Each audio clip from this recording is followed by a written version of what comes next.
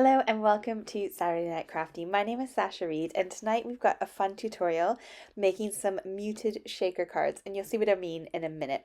I have got tons of samples, so stay tuned to the very end because I'll share with you all the makes I made and briefly describe how I finished them off. So I'm going to share with you some techniques and some tips and some tricks, and the 4 ways you can kind of step it up slightly and change up the design. So I'm using these nestable scallop circle dies tonight. Whatever shapes you've got in your stash will be great. And I've also got some glitter sequin type stuff from Alina, some vellum and some cardstock. So I'm starting with a standard card base, and then I've got a standard card topper that I would put on the front of a card. I'm taking 2 sizes of die here. One is going to be our circle for the center where our shaker is going to be, and the other one we're going to use to create a frame for the shaker card itself.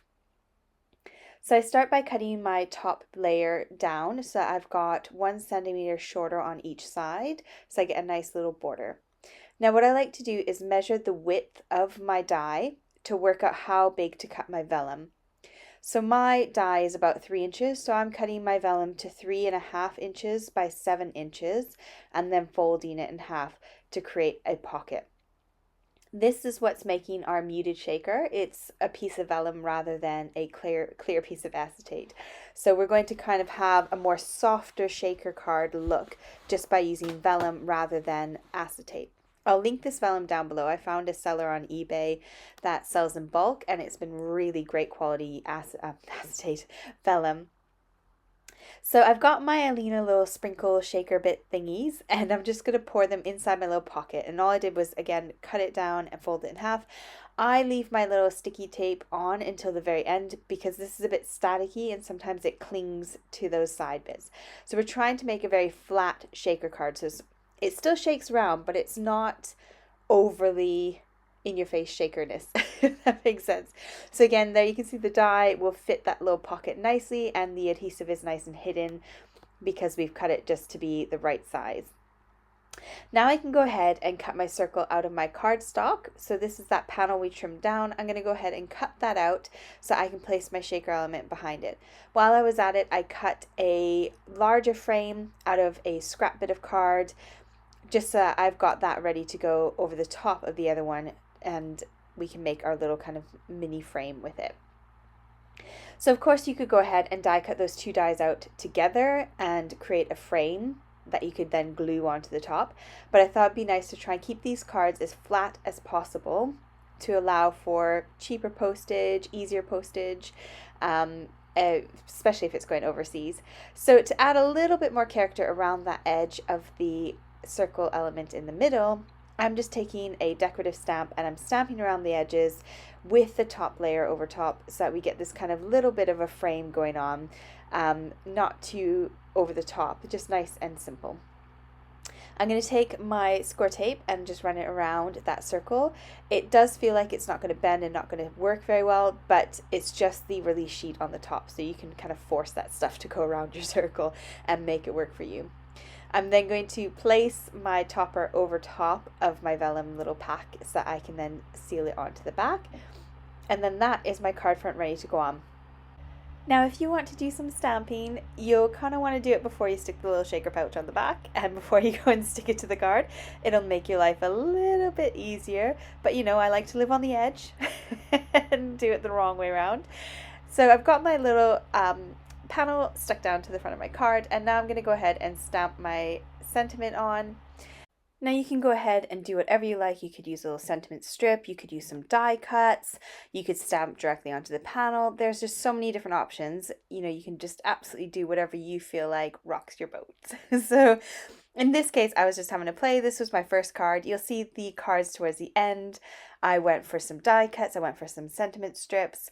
I added some 3D elements on, and I had a lot of fun with it. So here I'm just pulling out some of my words that I wanted to put on there, and I wanted to have them on some little strips. However, my words were slightly different sizes and they came from different stamp sets. So this is why I've got 3 different strips there. I'm just doing 3 different sized little strips to put my words, so I can cut them into little individual words and pop them in the center of my little shaker panel. What I did with these as well is I went ahead and cut them out with my little scissors. And then I used those same strips and I backed the sentiments or the little words with those strips and I bulked it up by about 3 or 4 layers.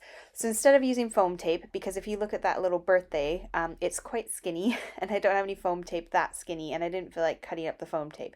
So I just went ahead and layered it up with a few layers of card and stuck that on the back and then put those onto the front. Now when I did this, I felt like that bottom right hand corner was looking a little empty. So I do go ahead and put a little stamp down there in a second. And I am going to take some of these little gems from Alina's shop just to add a little bit of extra dimension. They're kind of like little water droplets. And so I just use my normal crafty glue, my homemade pick it up tool, and I just stick some of the smallest ones down and just kind of create a really pretty little pattern along both sides of the card. And that kind of finishes off this really nice simple card, and it is nice and flat and will fit in an envelope.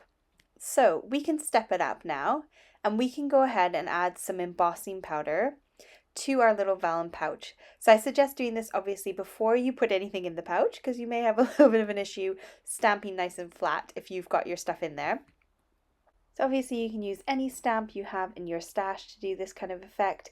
We're just putting some kind of pattern or print onto our little pocket before we stick it in.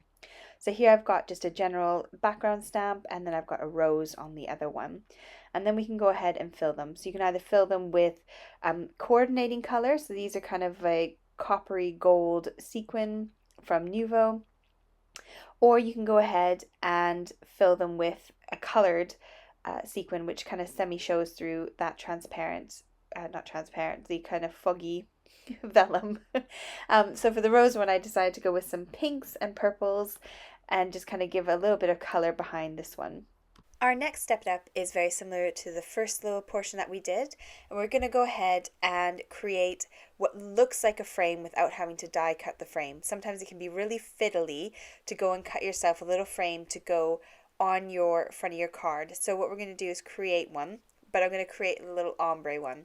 So I'm just sticking my homemade stencil down to the top using some low tack tape, and then I'm using 2 shades of purple to kind of give a graduated ombre effect to the front of the card. Now, as per usual, I would do my best to link everything I use in this video down below for you. So if you want to find any of the products I've used or supplies, they should be down there for you. I do forget quite often some of the bits that I've used, so please do ping me a little comment and remind me if I forgot something. So we did that ombre one. Now we're going to go ahead and do it in gold. So I'm using a paintbrush. You could use a finger dauber. You could use one of the dauber brushes. I just have this paintbrush that has Versamark already on it. So all I'm going to do is add some gold embossing powder, and then you get a beautiful gold frame. If you have any that kind of sticks over the edge, then you can go ahead and wipe that off with a brush, or use your embossing buddy and your embossing powder bag and kind of get rid of the static before you do it. Now I'm using the same paintbrush here and I'm giving it a flicking motion. So I'm just kind of going for a random erratic little kind of pattern. Now at first you can see it was quite heavy, but I gave it a really hard flick and it dropped quite a bit of it off, and I get this kind of cool, fun, almost sprayed effect. And here's the other one once they've been heat set with the heat tool. So the third way you can kind of step it up is you can go for a full background and have some fun. So I'm going to use my little explosion powders, my mica explosion powders. If you've got, just an ink refill, you could go ahead and use that. Obviously I'm going to use watercolor card for doing this sort of stepping up because it does absorb better and gives you more wiggle room to work with. So I go ahead and spray my watercolor card with some water. And then I apply some of my powders, and then I give a light little dusting of mist again from quite high up just to kind of get those activated a bit and get them spreading around. So I did 4 of those. You'll see those all at the end when I give you my samples. Now this is another way to do a pocket. So if you've got some double-sided tape, this is quite a fun way to make a completely flat, nice, non-shaky shaker element, if that makes sense. We're going to do the exact same thing. We're going to use the same supplies, but I'm going to use double-sided tape instead of making a pocket. So the whole thing's going to be adhesive. So I've cut my little adhesive sheet to be the exact same size as my pocket size, so 3.5 by 7 inches.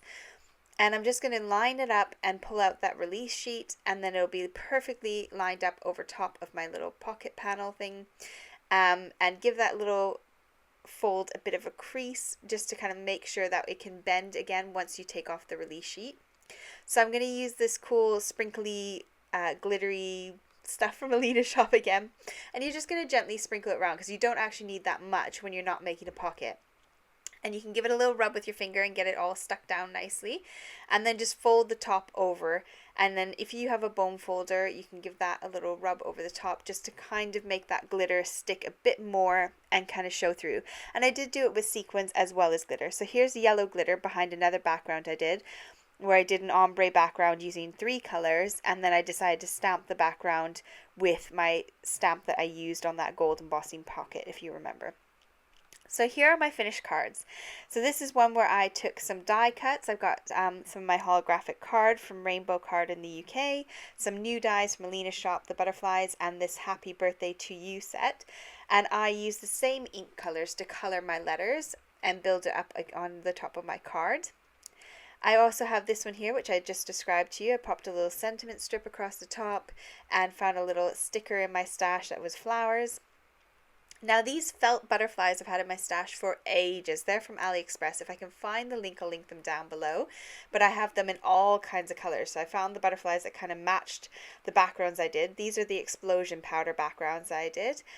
And I did a Christmas one obviously as well. And then there's that kind of fun embossing powder one where I flicked it with a paintbrush. And my last 2 cards here. So I hope you enjoyed this video and had fun creating along with me. I hope it gave you some inspiration and some ideas of how you can make some fun muted shaker cards. Now I always forget, I do have a Facebook group and I have an Instagram. I'll put those links down in the description box below for you. If you'd like to join us over on my Facebook group, we've got a really great community of fun crafters where we all get to share what we make with each other. So thank you so much for joining me tonight. I hope you have a lovely weekend, and I'll see you next week. Bye.